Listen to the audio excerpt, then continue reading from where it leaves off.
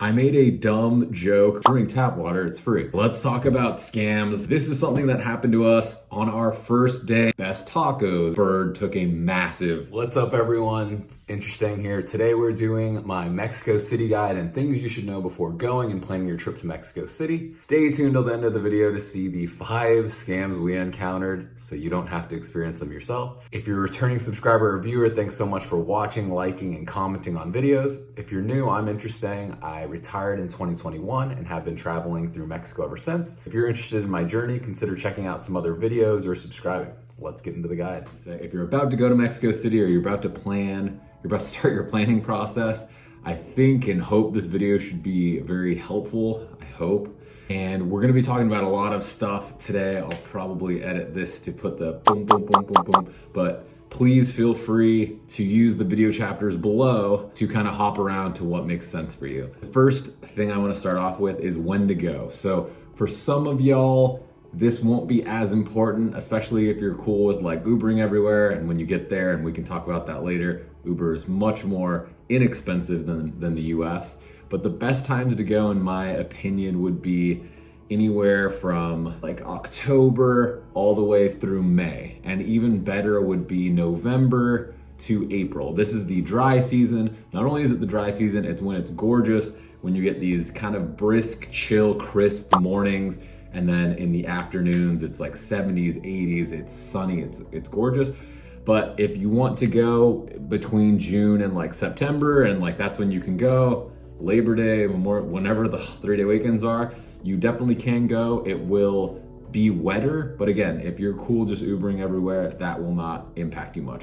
The number one takeaway I want you to take from this section of the video is to head over to weatherspark.com. I will drop the link in the description. I will hopefully not be lazy, and I'll put like an overlay of what that website looks like. It's free, so I'm not getting anything out of this, but this is one of the best tools I use to plan trips.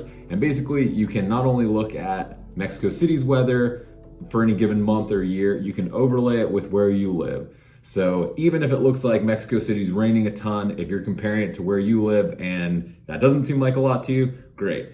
If Mexico City, it looks kind of cold in January, but you're from like Montreal, you can compare that temperature. So it's a really good way to give you an idea of not only the weather to expect, but like percent chance of rain, how heavy it rains. So number one takeaway, weatherspark.com to compare your trip, whether it's Mexico City or wherever, to where you live or somewhere you're familiar with. And number two, I would say I love Mexico City December to like March or April. I love that it's basically 2 weathers. It's super chill and cold in the morning, so you can bundle up for your like morning walk or coffee. By the time it's afternoon, you can peel those layers off, walk around in shorts and a t-shirt, get that 11 UV sun for the afternoon, and then again, bundle back up at night. So that is, in my opinion, when to go. Next thing, how long to stay. And again, if I'm already rambling, please use the video chapters below to hop around to what's relevant to you.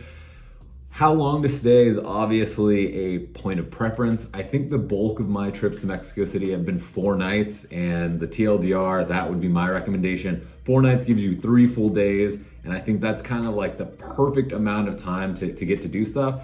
If you have a long weekend and you can only do Friday, Saturday, Sunday night and come back on a Monday, that still gives you 2 days. I'd always say take the trip versus waiting for a more perfect time.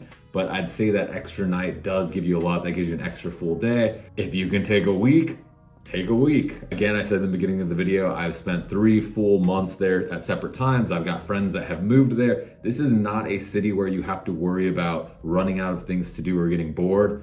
You will not. You can't even get close to eating all the restaurants. There's plenty of things to do. There's plenty of day trips. We'll talk about that later in the video. But TLDR, I'd say 4 nights minimum. If you gotta do 3, that's fine. 2 nights for your first time, I'd say heck no. If you've been a bunch of times and you wanna go for a weekend, do it. I'd say for your first time, I'd really push you and suggest, if you care about my opinion, 4 nights. And let's quickly just talk about getting there. So the bulk of folks will be flying into Mexico City. That's probably not a surprise. You can get there from overland from other places in Mexico. I assume if you're watching this video, you're probably gonna be flying in there. Mexico City's airport is pretty conveniently connected to the city. Without traffic, I think you can get to the main neighborhoods in like 15 minutes. Probably more realistically, if you get in on like a Friday or Saturday night, it might take 30 to 40 minutes. The last thing I'll talk about are visas. So if you're going for a long weekend or anything like that, and I don't know, you're from the US or Canada, I don't know the visa policy for everywhere, but I'm going to assume you will get 6 months. We will talk more on that later. But again, if you're only going for a long weekend or a week, you'll have no problem with the FMM visa. Please throw what that stands for down there later. We'll talk about things later. If you're planning a longer trip or something more open-ended, please skip to like the scams and things to know section. We'll talk about that more in depth. For 90 plus, for the bulk of you, don't worry about visas. You'll go for a long weekend, week, no problem. Okay, so where to stay? And this is something I will definitely do a standalone video for because I have a lot of opinions. There are probably 3 or 4, can't get that pinky down, neighborhoods I would suggest for your first time. And let's throw up a map here maybe. And the 4 neighborhoods I would recommend would be Centro Histórico, Roma Norte, Condesa, La Condesa, which we'll talk about that in a second, or Polanco. The reason I want to talk about La Condesa is this neighborhood is kind of a misnomer. When I refer to it, when everyone refers to it, I think they're kind of referring to Hippodromo. So let's clear that up on the map real quick. And the reason I would choose these 4 neighborhoods are Centro Histórico was the first place I stayed. I think it's where a lot of folks stay. It's where the cathedral, the Zocalo, there's just a lot of rich historic things. If this is your first time in Mexico and you want like that rich cultural experience, recommend that. If you're not as into that, or you had friends who have gone and it looks more like Europe or it's like hip or trendy, I hate those words, sorry. Roma Norte and La Condesa, or what we refer to as Condesa, I'm just gonna pronounce it wrong, Condesa, even though I know that's wrong, are the places I might recommend for you. This is where the bulk of like the restaurants and the bar scene and like boutiques and stuff that matters less to me about the cool cafes and restaurants would be. And then Polanco is like the ritzier, or viewers that have seen my video are like, no, Polanco's middle class, but you know, it's nice, it's got nice stuff. If safety is just something you're really worried about, this is the one I would recommend, as just, I hear so little bad that happens there. So those would be the 4 neighborhoods I would say to stay in.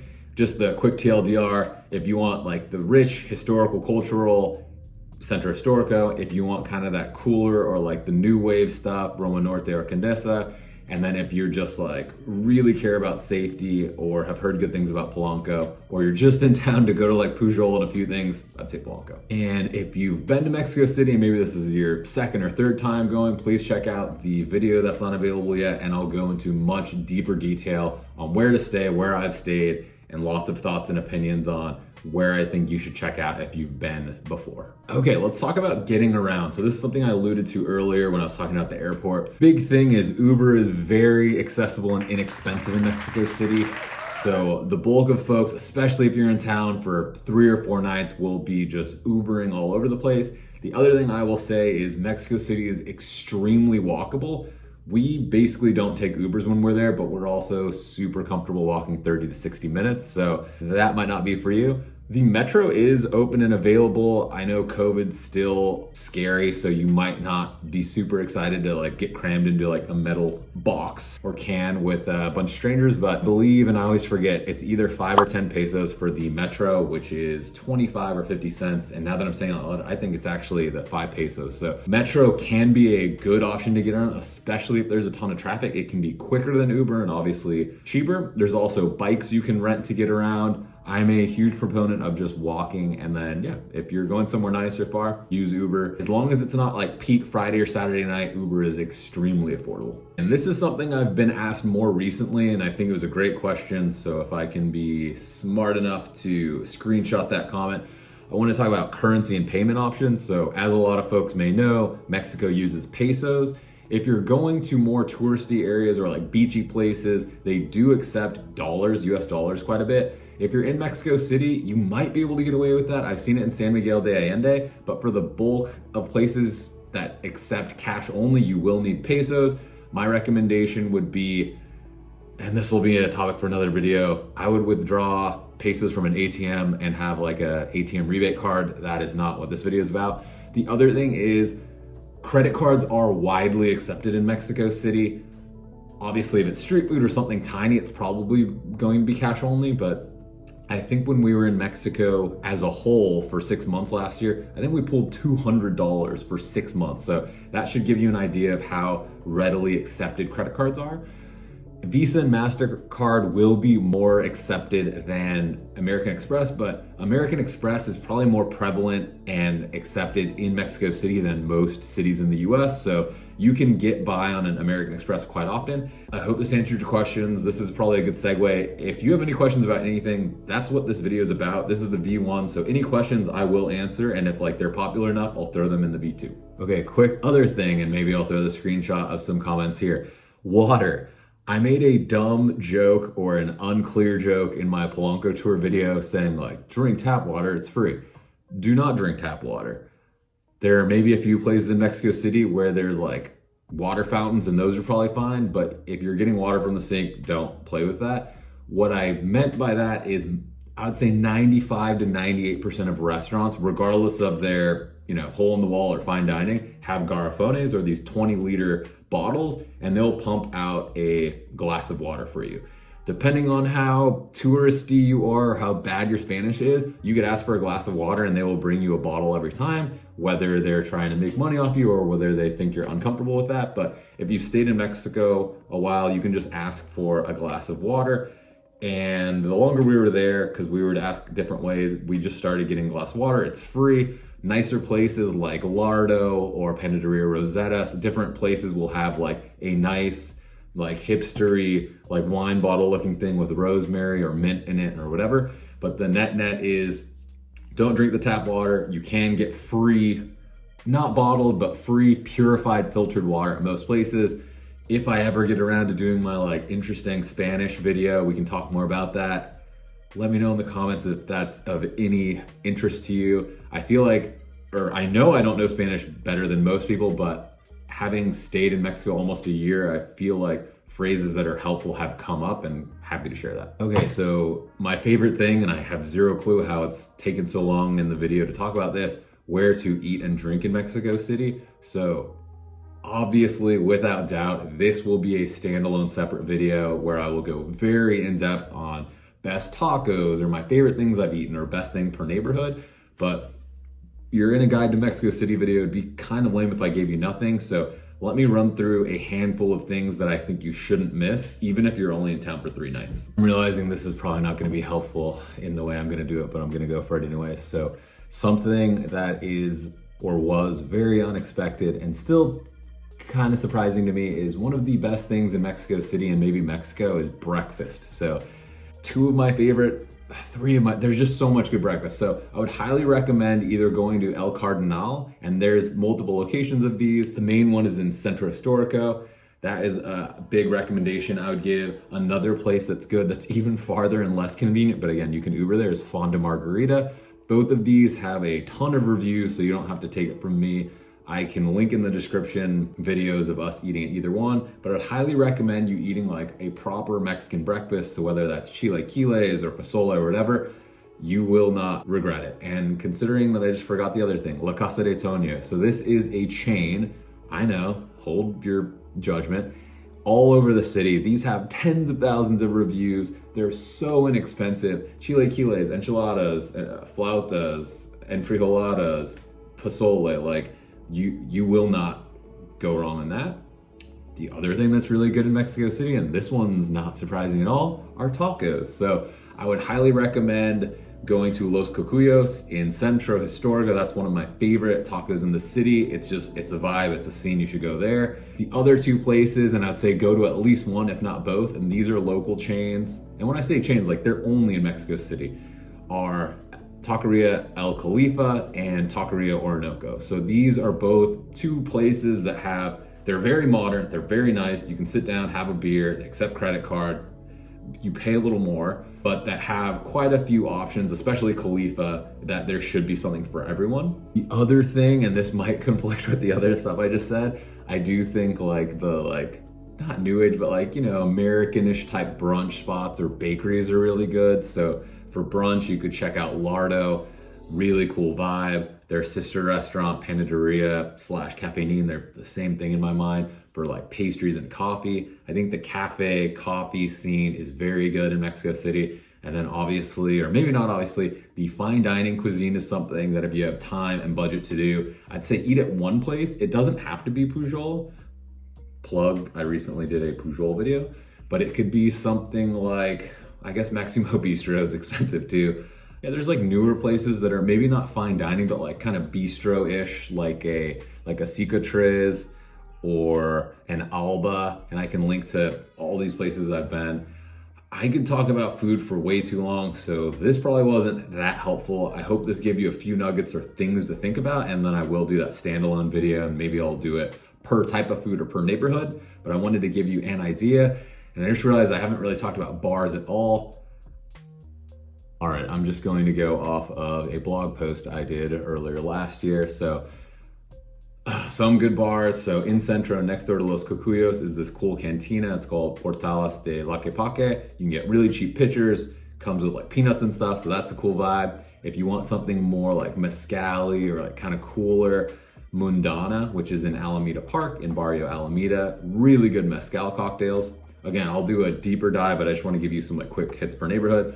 I mentioned Cicatriz for like kind of that bistro vibe. They also do great coffee, brunch, lunch, etc. But their cocktails are fantastic. Paramo in Roma is very cool. Very, very good cocktails. Good food also. Very cool vibe. Like it's like an atrium, just ton of light, awesome vibe, awesome cocktails, fantastic prices actually on the drinks. In Condesa, Baltra Bar, but I feel like it blew up a little too much. Like this last time we tried to go, couldn't get in. It's like, be careful with stuff on like the 50 best bars in the world. Things get kind of hype and stuff, but check it out if you're in the area.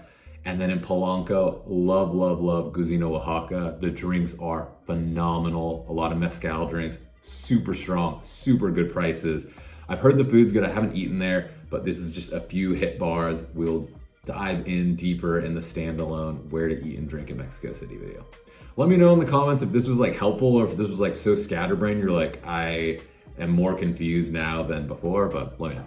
Okay, what to do and experiences in Mexico City. If you've watched this channel before, you know that's not me. I'm not even gonna try to pretend. If you're into that stuff, there's nothing wrong with that, but probably look for another YouTuber. I'm like very DIY, kind of walk around, eat and drink. I know there's like Airbnb experiences for like cooking classes. If you want to go the Lucha Libre thing, there's experiences for everything. I'm more DIY, but just want to be honest. A decent segue from that are day trips. And I have taken a handful of day trips, and you can do these day trips as Airbnb experiences if you're just like, hey, I'm in town for a few days.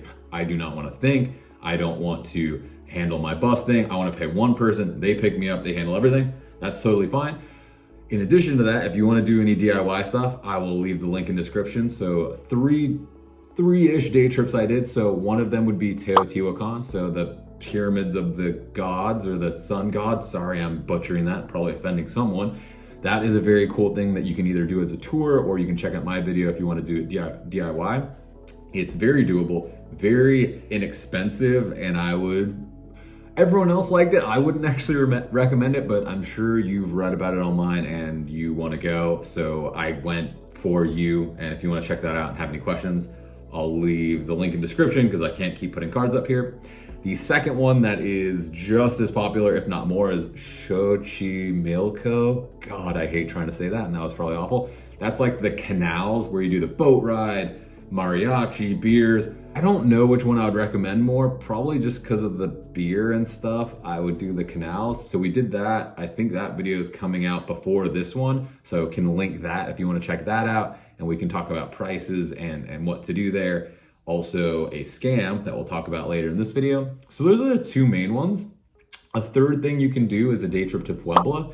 If you're only in town for 2 or 3 nights, 3 or 4 nights, you probably don't have enough time. And in my opinion, I think you should do an entire separate trip to Puebla for 4 nights. I would say a week. I loved Puebla, but that's another option. Our friends who were in Mexico City for like 4 nights came and did a day trip. You can get a ton done because it's only 2 hours away on a very nice bus.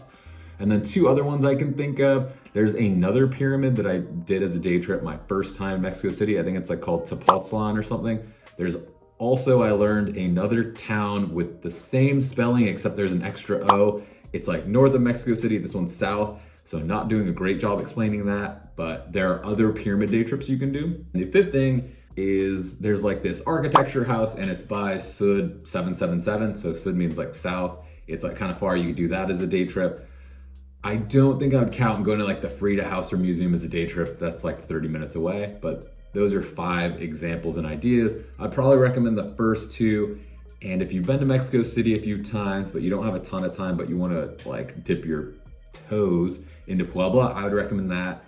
And maybe I'll do another video on Guide to Puebla because I honestly think Puebla is fantastic and gonna be one of the next best big cities. Not big, one of the next like places to visit, either Guadalajara or Puebla. Okay, I'll stop talking about that. Okay, let's talk about scams / things you need to know. And I've been talking about doing these videos forever because these are things you should share with people. So the first one, that's probably the hottest topic right now, FMM. Let's write it down here again, and let's hope I did it before. You used to be able to just come into the country, you get 180 days, which is roughly 6 months, and you could just, come for all of that, come for part of that, do a border run, and just come back, and basically kind of just stay in Mexico for as long as you want. Earlier this year or late last year, they kind of cracked down on that. So now if you're flying into specifically or especially Mexico City's airport or Cancun's airport, they will, and this happened to us, they'll ask you how many days you need. And they might not even ask you. So you really need to be like vigilant and look at the number they give you, because if they give you less days than you need and you leave the airport, there is nothing anyone can do. If they write something, you can talk to their manager and change that. But anyways, if you overstay, you can go to jail. And there are many people in Facebook expat groups, there are many people on TikTok that have talked about their experience. While I feel for them, I'm sharing that you need to be vigilant and pay attention. For us, the guy asked us, how many days do you need? And I'm weird, so I counted exactly. And I said something like 61, so he gave us 65. I've heard there's no issues if you fly into like Guadalajara or other airports. I'd also recommend, if you're staying longer, having accommodation booked and probably a return ticket. If not, you might not get as many days. If you're only staying for a week or a long weekend, disregard all of this and don't worry. But if you're someone that's thinking about spending more time, this is something to be aware of. Number 2 scam. This is something that happened to us on our first day last year of our 6-month trip. Morning 1, we had been there, like we had stepped out of the house and walked a block. It is what people refer to as like the mustard scam. And basically what happens is you're walking around and someone sprays you with something. It could be mustard. Our thing looked like poop. Like it looked like a bird took a massive dookie on me, and it was like more of a brown color than mustard. But I've read and watched videos of other people and it's like mustard. Basically what happens, someone sprays you. For me, I didn't know if it was a bird or a person. And then some nice lady comes out and is like, oh, here's some napkins. And I'm like, oh my God, these people are so nice. While that was happening, Yunji opened her purse to get some napkins for me. And while that happened, they work in teams of probably 3 or 4. Someone comes and yanks your stuff. So she had all her credit cards and her ID, basically her whole wallet, 0 cash because we don't carry cash, stolen, and we didn't know. And as we were walking, she was getting all these notifications like of these charges. And I'm like, when's the last time you like saw your credit cards or whatever? So that's when she noticed it was gone. 4 different credit cards charged $2,500 each. She ended up being fined, but they might have actually gotten away with $2,500. So that is one thing. If you have other stuff like your phone or whatever, like they're trying to just take what they can. So please be aware of that. If something like that happens to you, try not to panic. Just don't let anyone approach you. I've also read stories of like someone getting their stuff back from yelling. We didn't even know anything was taken from us. So if you get sprayed with anything, it sucks, but just kind of go back the way you came from. Don't let anyone approach you, and the more you know. Okay, this next one is something that hasn't happened to us, but has happened to one of our friends. And I just would refer to this as like passport extortion. So before I get into this story, I would personally recommend not carrying your passport. You don't need your passport like ever, and I've never been asked for it. If anything, these stories where people are sent to jail because they're overstaying their visa, you can either carry your departure card, or what Yunji and I did, take a picture and like favorite it of your departure card. So if anyone ever was worried about you overstaying, you could say, here's a copy of my departure card, here's a copy of my passport on your phone, and that's that.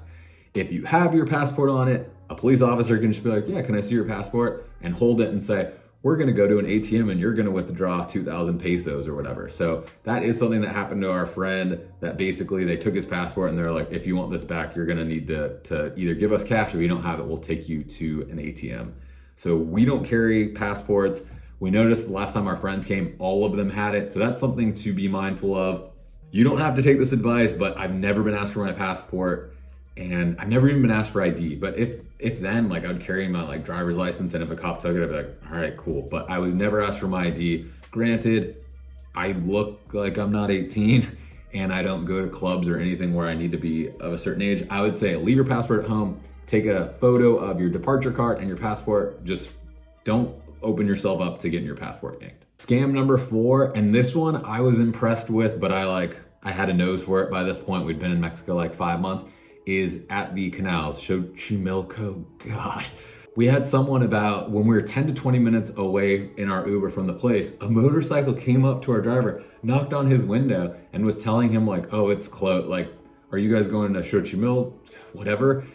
Oh, you are? Like, oh my God, I'm glad I found you. Like, it's closed. Like, come with me and I can show you something that's open. And our driver was like, I don't know if the driver gets a cut or they're told or anything, but the driver's like, yeah, you guys, I'm really sorry. Like, it's closed. And I was like, no, like, you're taking us there. Because I did read online, if you do go to the wrong place, the boats are like 3 to 4x the price, and just always go to the pin on Google Maps. I'll drop that in the description, or it's where you get off on the train. So that was one where I was like, that was pretty crafty. So we got to the normal place, everything was open, but like that was like a next gen scam. That was nice. I was impressed with that one. And scam number 5, Airbnb experiences. I'm just kidding, kind of. I just wanted to, that's my humor. So this was my V1 crack at Guide to Mexico City. I think this is something you should watch before you go, before you're planning to go. I'm sure there's tons of stuff I missed. I hope I overthrew some stuff so you're not just looking at me in this fun background for however long this was, but hopefully there are some nuggets in here. If you have any question, I'll regret this, but there's no such thing as a dumb question. Let me know in the comments things you want answered, and I will eventually do a V2 of this. Please let me know if you think I'm full of shit or whatever, but let me know what was helpful, what you want more of, what questions you still have. And also, please let me know if you'd like a guide for Guadalajara, Puebla, San Miguel de Allende, Querétaro, Playa del Carmen. Those are the places we've gone. Mexico City are the videos most of y'all watch, so that's why I wanted to start with this one, and I spent way more time and know the most about this. And also let me know, do you want the standalone guide to where to stay and the standalone guide video of where to eat and drink? But if you, for some reason, made it this far, thanks so much for hanging out. Hopefully I made you laugh. Hopefully I didn't say a million times, but I'm probably just gonna edit it out. Let me know what you think.